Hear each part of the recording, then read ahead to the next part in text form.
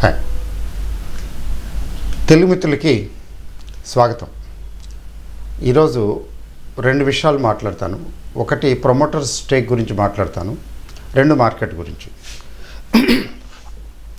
Promoters stake గురించి ఎందుకు మాట్లాడతాను అంటే దానికి చాలా సిగ్నిఫికెన్స్ ఉంది. మీ అందరికీ తెలుసు, ప్రమోటర్స్ స్టేక్ అంటే ప్రమోటర్స్ ఎవరైతే ఉంటారో వాళ్ళ నుంచే కదా డైరెక్టర్లు, సిఈఓలు, మేనేజింగ్ డైరెక్టర్లు అట్లా వాళ్ళు ఉంటారు, వాళ్ళ నుంచి ఎన్నికవుతారు. నార్మల్గా ప్రమోటర్స్ స్టేక్ ఎక్కువ ఉంటుంది. బిలో 50% ఉంటే ప్రమోటర్స్ స్టేక్ కొంచెం అంత అట్రాక్టివ్గా ఉండదు. కానీ బిలో 50% ఉన్నంత మాత్రాన కంపెనీ వీక్ అని అనటానికి లేదు. ఒకప్పుడైతే తక్కువ 10-15%, 20%, 25% తోటి రన్ చేసేవారు, మొత్తం మేనేజ్ చేసేవారు షో. తర్వాత హాస్టైల్ టేక్ ఓవర్స్ అని కొంతమంది ఓపెన్ మార్కెట్లో కొనేసి షేర్లు, ఆ షేర్లు మెజారిటీ షేర్ హోల్డర్ అయిపోయి మామూలుగా కంపెనీ పగ్గాలు చేతిలో పెట్టుకోవచ్చు కదా, డైరెక్టర్లు అయిపోవచ్చు కదా. అట్లా కంపెనీ ఎవరి చేతిలోనూ వెళ్ళిపోతుంది కదా, వెళ్ళిపోయే అవకాశం ఉంది కదా. ఈవెన్ టాటాస్, బిర్లాస్ భయపడిన రోజులు ఉన్నాయి. దాంతో ఏంటంటే కొంత స్టేక్ పెంచుకున్నారు తర్వాత. But as a whole promoter stake ఎంత ఎక్కువ ఉంటే అంత బెటరు అంటారు. అంటే బెటర్ అయినంత ప్రమోటర్ స్టేక్ ఎక్కువ ఉన్నంత మాత్రాన అది బ్రహ్మాండమైన షేరు బాగా పెరుగుతుందని కాదు, స్టేక్ తక్కువ ఉన్నంత మాత్రాన అది పడిపోతుంది, పనికి రాకుండా పోతుందని కాదు. But as in general promoter stake ఎక్కువ ఉంటే కొంచెం ధైర్యంగా ఉంటాం అంతే, అంతకుమించి ఒక సైకలాజికల్ ఫ్యాక్టర్. అయితే ప్రమోటర్ స్టేకు పెరిగితే, ప్రమోటర్ స్టేక్ తగ్గితే దాని ఇంపాక్ట్ ఎలా ఉంటుంది? ఇప్పుడు ఎంజిఎల్ తీసుకుంటే మహానగర్ గ్యాస్లో ప్రమోటర్స్ స్టేక్ తగ్గిస్తున్నారని, తగ్గిస్తున్నారని.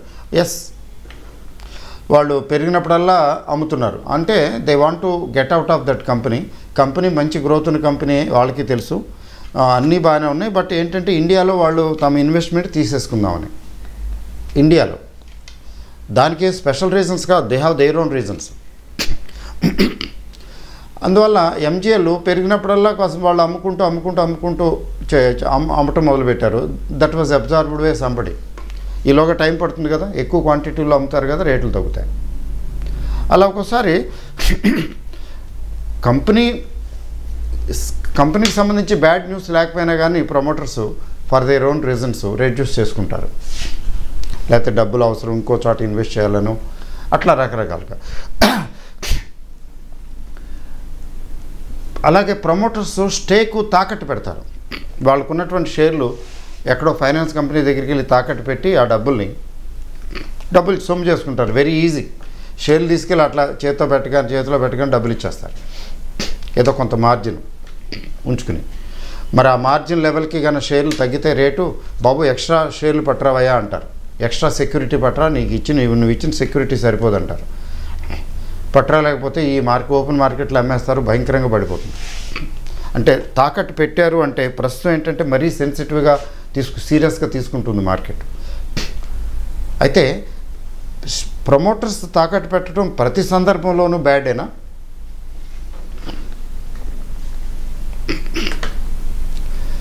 ప్రమోటర్స్ తాకట్టు పెట్టారంటే సంథింగ్ బ్యాడ్, ఇక దాని నుంచి బయటకు వచ్చే ఏదో ప్రాబ్లం ఉంటుందనా? అట్లా తీసుకోవద్దండి. సమ్టైమ్స్ ప్రమోటర్స్ కంపెనీలోని ఇన్వెస్ట్ చేయడం కోసం, వర్కింగ్ క్యాపిటల్ రిక్వైర్మెంట్ కోసం, కొంచెం ఫైనాన్స్ ఈజీగా వస్తుంది కదా అని చెప్పి తీసుకుని ఆ కంపెనీకే పెడతారు, కంపెనీ ప్రోగ్రెస్ కోసం పెడతారు. అలాంటప్పుడు అది బ్యాడ్ కాదు కదా. కాబట్టి ప్రతిసారి ప్రమోటర్స్ తాకట్టు పెట్టారు కాబట్టి అది ఏదో అయిపోతుందనే ఇంప్రెషన్ కాదు. అయితే వీక్ మార్కెట్ బాగున్నప్పుడు దాన్ని చాలా సీరియస్గా తీసుకుని ఇంత చేసి కొట్టుపారేస్తారు. ఆపరేటర్స్కి అదే పని. ఆపరేటర్స్ ఏంటంటే విండ్ఫాల్ గెయిన్స్ కావాలి వాళ్ళకి. ఏదో ఒక రూమరు, ఏదో ఒక సిచ్యువేషన్ క్రియేట్ చేయటం, ఫటాఫట్ కొట్టుపారేయటం, అమ్మటం లేదా కొనేయటం. అలాగే బుల్ మార్కెట్లో ఏదో చిన్న ఇది సృష్టించి కొనిపారేసి పైకి లేపేస్తారు, పెంచేస్తారు. స్లో మార్కెట్ లేదా వీక్ మార్కెట్ అనుకోండి, ఏదైనా చిన్న అవకాశం దొరికితే పడేయటం కోసం అమ్మేస్తారు. అందుకని ఈ మధ్యన సెబీ వారు డెరివేటివ్ సెక్టర్లో కూడా, ఇంతకుముందు లేదు, డెరివేటివ్ సెక్టర్లో ఎంతైనా పడవచ్చు, ఎంతైనా పెరగవచ్చు. ఇప్పుడు దానికి సీలింగ్ గురించి ఆలోచిస్తున్నారు.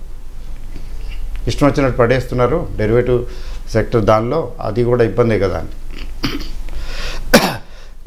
సో అయితే కంపెనీ కోసం ఇన్వెస్ట్ చేసినప్పుడు ప్రమోటర్ స్టేక్ తప్పేంటి చెప్పండి? ఓకే కదా తాకట్టు పెట్టినా. బట్ నేను ఎందుకు చెప్తున్నానంటే ఒక్కోసారి ప్రమోటర్స్ స్టేక్ తాకట్టు పెడతారు.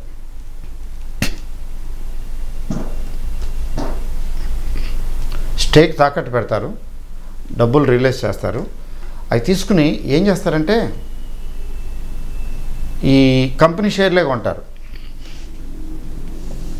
అంటే ఏంటి, ఈ కంపెనీ షేర్లు ఈ ధర దగ్గర చాలా చౌకగా ఉన్నాయి, రీజనబుల్లీ లో ప్రైస్, ఇప్పుడు కొనుక్కుంటే బాగుంటుంది, తర్వాత కావాలంటే అమ్ముకోవచ్చు. ఇది అంతా సెబీకి ఇన్ఫామ్ చేయాలి, స్టాక్ ఎక్స్చేంజ్కి ఇన్ఫామ్ చేయాలి కదా. వీళ్ళంతా ఇష్టం వచ్చినట్టు ప్రమోటర్స్ కొన్నా ఇన్ఫామ్ చేయాలి, ప్రమోటర్స్ అమ్మినా ఇన్ఫామ్ చేయాలి. ఎందుకంటే ప్రమోటర్స్ కదా వాళ్ళు. మీరు నేను కొంటే అమ్మితే ఏం ఇన్ఫామ్ చేయగల, పెద్ద పెద్ద డీల్స్ కూడా ఇన్ఫామ్ చేయాలి. సో ప్రమోటర్స్ ఎప్పుడైతే స్టేక్ తాకట్టు పెట్టి అందులోంచి ఓపెన్ మార్కెట్లో షేర్లు కొని తమ స్టేక్ను పెంచుకుంటే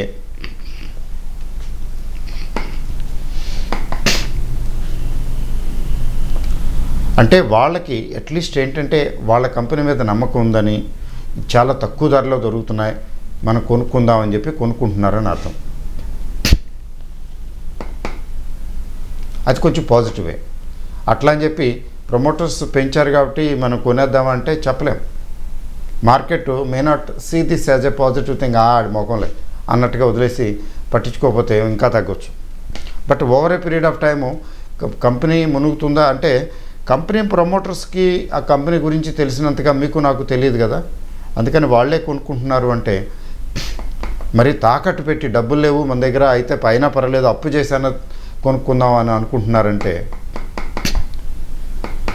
కొంచెం పాజిటివ్ అని అర్థం. తర్వాత ఎక్కువ ప్రమోటర్ స్టేక్ ఉన్నంత మాత్రాన అది బ్రహ్మాండమైన కంపెనీ బాగా పెరుగుతుందని కాదు. బట్ ఒక ప్రమోటర్స్కి ఆ కంపెనీ మీద నమ్మకం ఉంది. They don't want to shed, they don't want to sell their stake. అది ఎక్కువ స్టేక్ వాళ్ళ దగ్గర తన దగ్గరే పెట్టుకోవాలని అనుకుంటున్నారు అంత అర్థం. అయితే మీకు ఈ సందర్భంలో చిన్న ఎగ్జాంపుల్ చెప్తాను. ఎక్కడో డేటా చూస్తున్నాను నేను, అందుకనే ఈ ప్రమోటర్స్ గురించి మాట్లాడుతున్నాను. మన చూసారా జిఎంఆర్ ఇన్ఫ్రా అనే కంపెనీ పేరు విన్నారా? ఒకప్పుడు బాగా వెలిగింది, బ్రహ్మాండంగా వెలుగుతూ 2008 తర్వాత దీని పరిస్థితి రోజు రోజుకి క్షీణించింది. అంటే ఓవర్ అంబిషియస్గా వెళ్ళిపోతే ఎక్స్పాండ్ చేసుకుని ప్రాజెక్టులు పెట్టేసేసి అక్కడ అప్పు చేసి ఇక్కడ అప్పు చేసి ఎక్కువ అప్పులైతే డెట్ సర్వీసింగ్ ప్రాబ్లం అవుతుంది. డెట్ రిడెన్ అయితే ఎప్పుడైతే ఇండియాలోనండి interest rates are very high. Companies చాలా వరకు ఫైనాన్షియర్స్ కోసం వర్క్ చేస్తున్నాయి. ఎందుకంటే ఫారిన్ కంట్రీస్లో ఇంత ఇంట్రెస్ట్ రేట్ ఉండదు. ఇప్పుడు ఇంట్రెస్ట్ రేట్ చాలా ఎక్కువ. మరి ఎందుకంటే అలా ఉంటుందంటే ఇక్కడ గ్రోయింగ్ ఎకానమీ, తర్వాత రెండోది ఏంటంటే ఇన్ఫ్లేషన్ ఎక్కువ, ఇలాంటి కారణాల వల్ల. బట్ ఇన్ఫ్లేషన్ ఈ మధ్యకాలంలో అంతగా పెరగటం లేదు.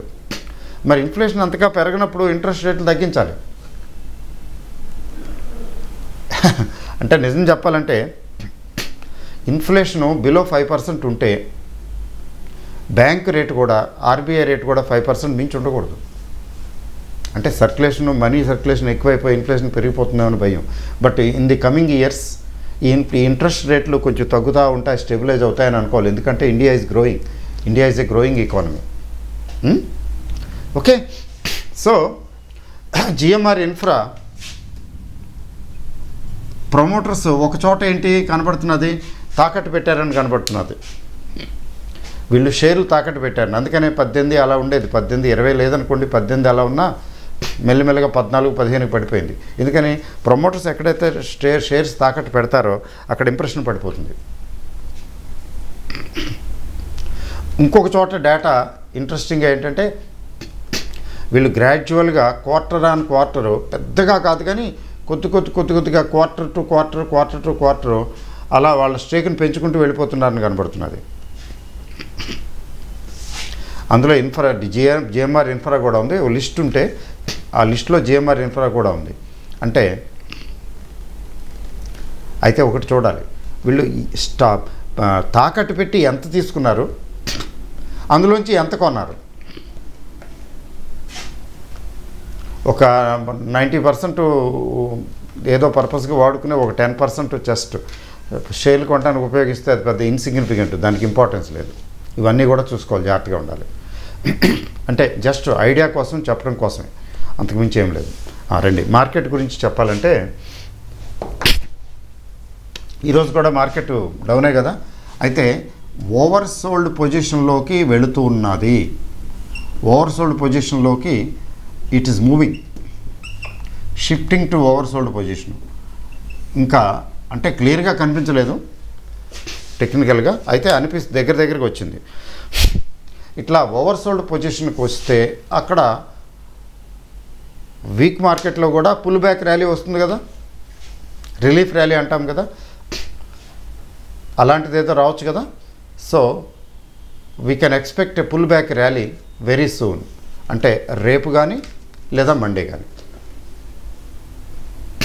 రేపు కూడా కరెక్షన్ వస్తే కొంచెం సెలెక్టివ్గా కొన్ని షేర్లు ఆల్రెడీ ఎంచుకుని ఉంటారు కదా, సెలెక్టివ్ బయింగ్ చేయొచ్చు. అది ఆ సెలెక్టివ్ బయింగ్ కూడా ఇన్స్టాల్మెంట్లో ప్లాన్ చేసుకోండి. తర్వాత ఎవరో వీడియోలో మెసేజ్ నేనేదో మాట్లాడుతుంటే ఇన్సిడెంటల్గా క్యాచ్ చేసి మీరేదో లిస్ట్ అంటున్నారు కదా, మీ లిస్టు మాకు కూడా చెప్పండి అంటున్నారు. ఏమండి, స్టాక్ మార్కెటు అలోపతి మెడిసిన్ లాంటిది కాదు, ఇది ఆయుర్వేద లేదా హోమియోపతి మెడిసిన్ లాంటిది. నేను సెలెక్ట్ చేసుకున్న షేర్లు, నేను లిస్ట్ అవుట్ చేసిన షేర్లు మీకు పనికొస్తాయని ఏమీ గ్యారంటీ లేదు. కొన్ని నేను షార్ట్ టర్మ్ ప్లాన్ చేసుకుంటాను, కొన్ని లాంగ్ టర్మ్ ప్లాన్ చేసుకుంటాను, కొన్ని ఏమో హెడ్జింగ్ కోసం అని సెలెక్ట్ చేసుకుంటాను, ఇలా రకరకాలుగా చేసుకుంటాను. ఎక్కడన్నా ఏదైనా తేడా వస్తే గబుక్కుని అమ్మేయటం, లేకపోతే ఇంకా క్వాంటిటీ పెంచడం, మరమ్మతులు అన్నీ చేస్తుంటాం. ఎందుకంటే యాక్టివ్గా మార్కెట్ చూస్తుంటాం కదా. కానీ మీరు అవన్నీ చేయగలరా? అందుకని borrowed garments do not fit well. నేనేమన్నానండి, ఇక్కడ రాస్తానండి.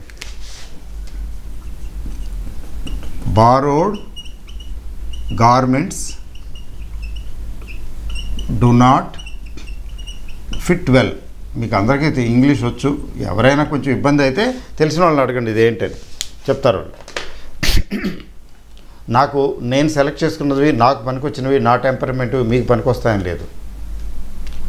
విధిగా మీరు మీ తరపు నుంచి కొంచెం స్టడీ చేయటం, మీరు చూసుకుని చేయటమే మంచిది. కాబట్టి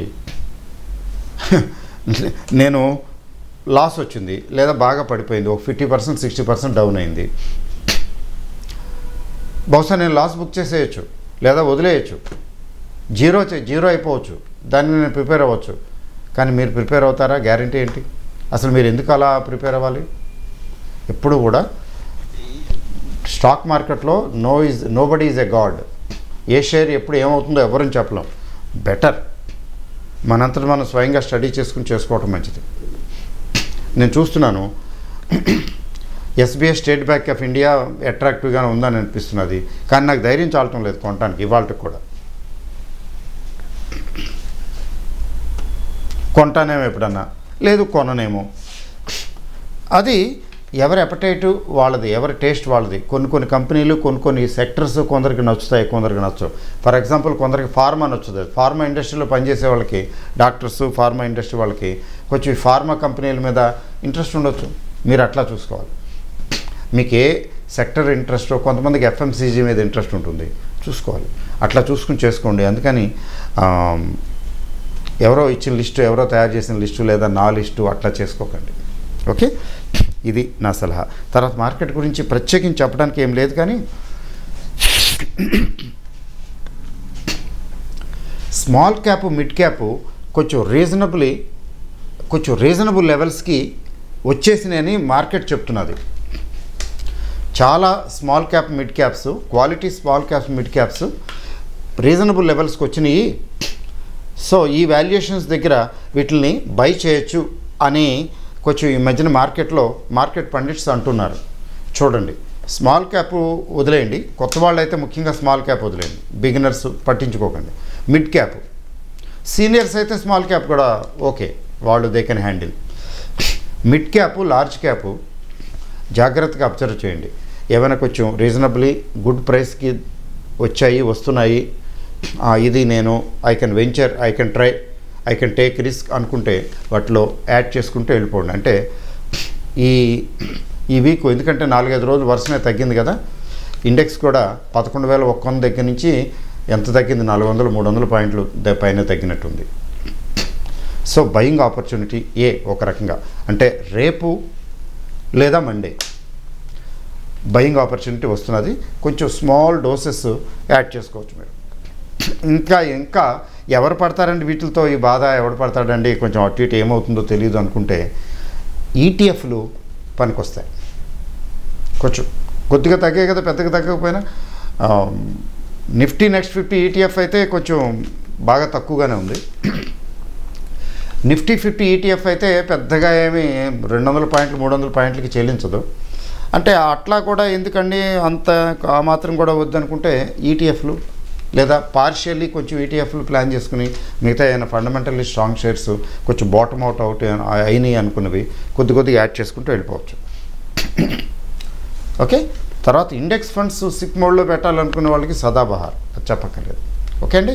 so thank you very much. ఈరోజుకి ఇంతే. Thank you.